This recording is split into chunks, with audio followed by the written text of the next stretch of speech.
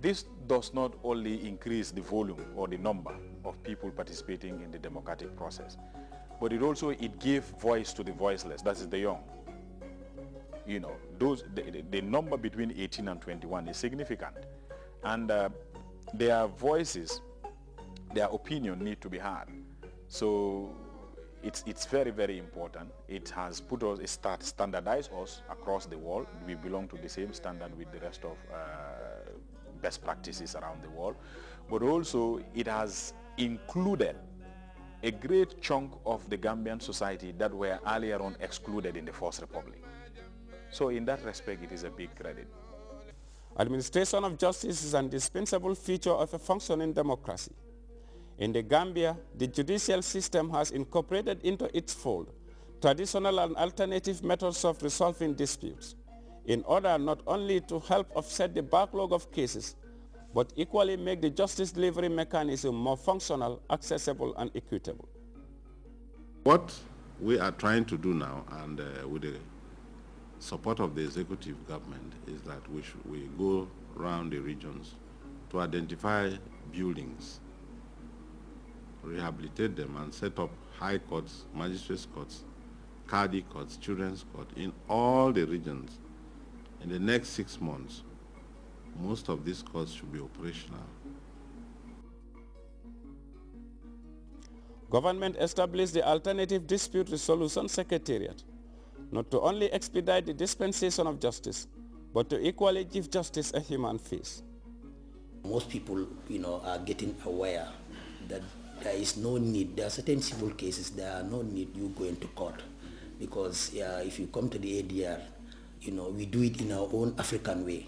We call people to negotiate in between them, and there is that confidentiality. It's unlike the courts where everybody standing saying all things or whatever about the other party. So we do things in confidentiality, and the time it takes us is very short, unlike the courts. So I think it's helping, especially in the rural area. Disputes, family disputes, land disputes, debt recovery, and all that we do it in the center here. Even we recognize that amicable settlement of disputes helps to build societal harmony and reduce cost of disputing. So, and encourage peaceful resolution of dispute, thereby strengthening the peace and harmony of the community.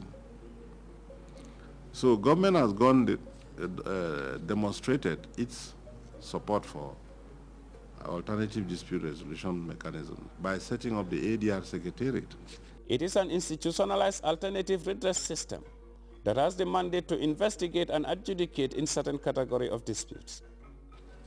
The ADR Act is clear. It sets up the Secretariat and establishes the mechanisms for appointment of conciliators, mediators, arbitrators, and the rest of them. Therefore, so far they are doing a good job. They are setting up structures in the provinces to sensitize people, to make them realize the need to use such mechanism, encouraging amicable resolution of disputes, encouraging people to live in harmony.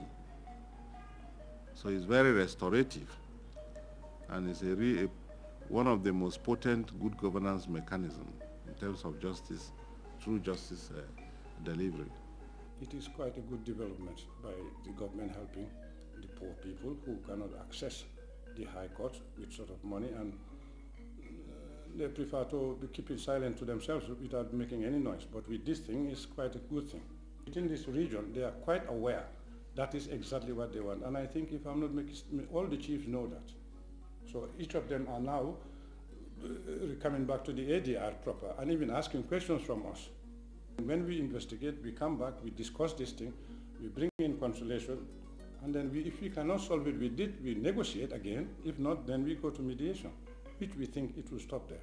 We have, backlog of cases in the courts, both civil and criminal, and then ADR is coming in, helps to reduce that backlog of cases. So we started here very recent, but of now we have almost 10 to 15 complaints that we have in hand. Devolution of authority and power is an important feature of the system of checks and balances in a modern democracy.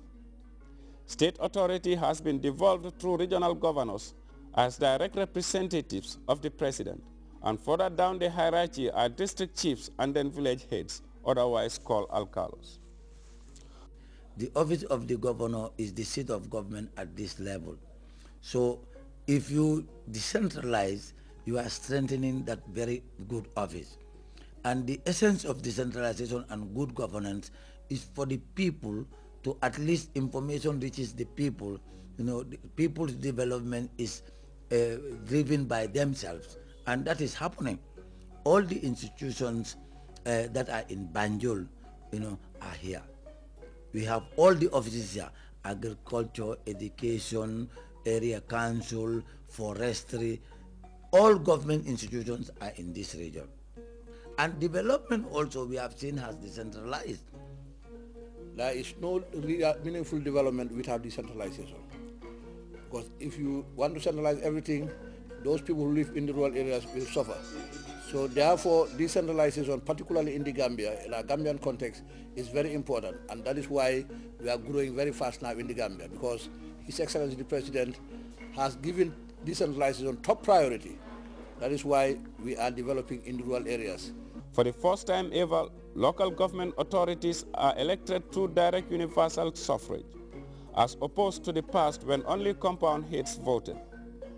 The local government authority could truly be traced down to individual clans at the village level, where the people themselves take the lead role in the decision-making process in terms of the identification of their needs and problems, as well as the formulation and implementation of their own development projects.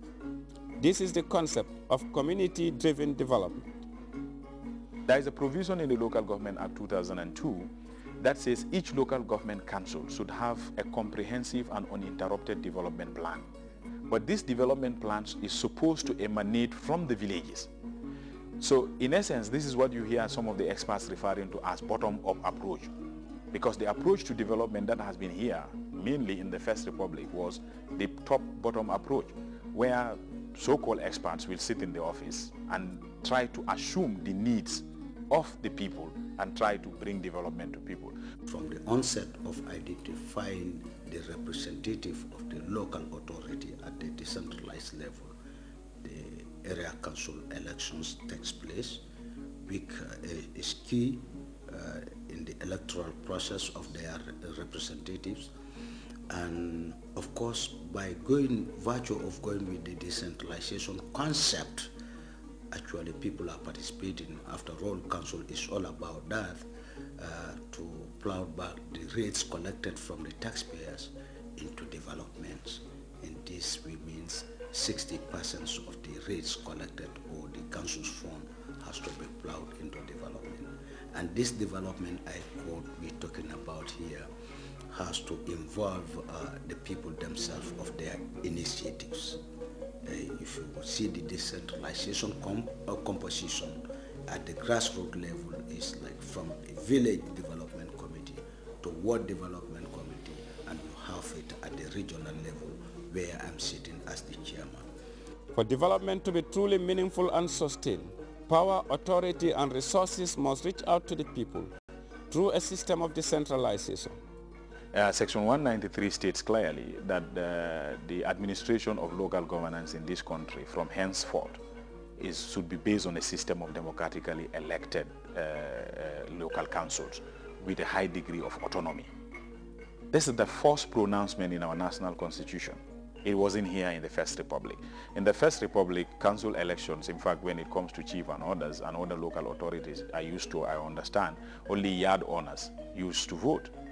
Now it is universal suffrage. You know, everybody can vote to elect their councillors, their mayors and chairpersons. And not only that, if you look at the concept of decentralization itself, it connotes the returning of power to the people. Because the Local Government Act 2002 have established certain structures. For example, you have the councils up there, and you have the ward committees under them, chaired by the elected councillor within the ward, and then you have the village development committees. The impact has been thorough and cross-cutting, particularly on the key social sectors of agriculture, health and education, infrastructure, and services.